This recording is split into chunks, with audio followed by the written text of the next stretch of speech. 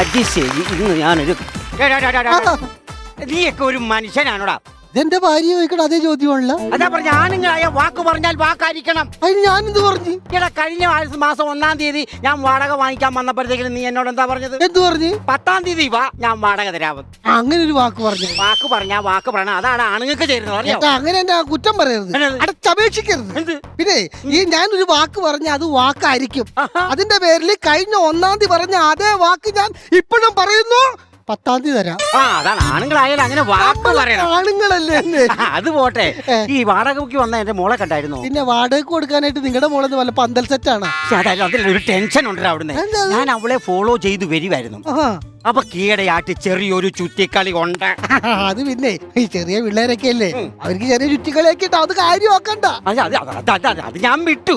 പക്ഷെ ഉണ്ടല്ലോ ഈ ചുറ്റിക്കളിക്കുള്ള ഇടയ്ക്കുണ്ടല്ലോ അവളെ ചുറ്റിക്കുന്ന ആ ചെറുക്കനുണ്ടല്ലോ, ആ ചെറുക്കൻ അവളെ പറഞ്ഞ് പറ്റിച്ചിരിക്കുന്ന എന്താണെന്ന് അറിയാമോ?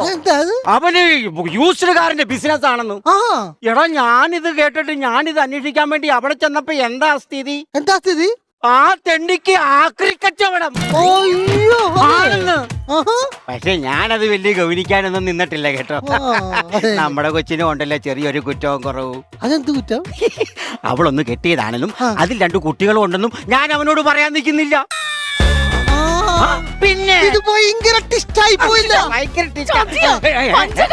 എന്താണ് പറഞ്ഞത്? തനിക്ക് യൂസ്ഡ് കാറിന്റെ ബിസിനസ് ആണ്, തനിക്ക് ആക്രി കച്ചവടമല്ലേ? താൻ എന്നെ പറഞ്ഞ് പറ്റിക്കണല്ലോ.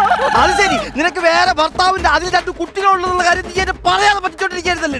എനിക്ക് ഇനി തന്നെ വേണ്ട. എനിക്ക് നിന്നെ വേണ്ട. നീ പോടാ. ആ ഈ യൂസ്ഡ് മാല ഞാനൊന്ന് എടുക്കണ്ടേ?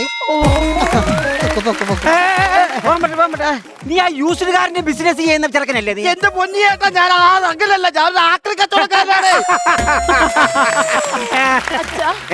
സോറി അച്ഛാ, അച്ഛൻ ഇപ്പൊ ഇത് വന്ന് പറഞ്ഞില്ല, ഞാൻ പെട്ടാനച്ഛാ. അതാണ് അച്ഛൻ. അച്ഛന് പറയാൻ പറ്റിയ ഭാഷയാണോ പറഞ്ഞത്? എനിക്ക് കല്യാണം കഴിച്ച് വേറെ ഭർത്താവും കൊച്ചൊക്കെ ഉണ്ടെന്ന്. എന്ത് ഭർത്താനോ അച്ഛാ പറയണത്? എടി അത് കുഴപ്പമില്ലെന്ന്. ഞാൻ അവനെ പിടിച്ചു നിർത്തി ഒരു തല്ലു കൊടുക്കുവായിരുന്നുണ്ടെങ്കിൽ അവൻ പിന്നെ കറങ്ങി തിരിഞ്ഞ് ഇവിടെ വരത്തില്ലായിരുന്നു.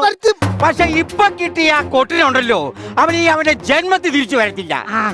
അല്ലാതെ എനിക്കറിയത്തില്ല എന്റെ മോള് വേറെ കെട്ടിയിട്ടില്ലെന്നും അവക്ക് പിള്ളേരൊന്നും ഇല്ലെന്നും എനിക്കറിയാവുന്ന കാര്യമല്ലേ. അപ്പൊ ഈ കൊച്ചു വേറെ കെട്ടിയിട്ടുമില്ല പിള്ളേരും ഇല്ല. പിന്നെന്ത്? നേരത്തെ പറഞ്ഞത് കള്ളത്തരം. കള്ളത്തരം. അയ്യോ, ടിസ്റ്റായി പോയല്ല.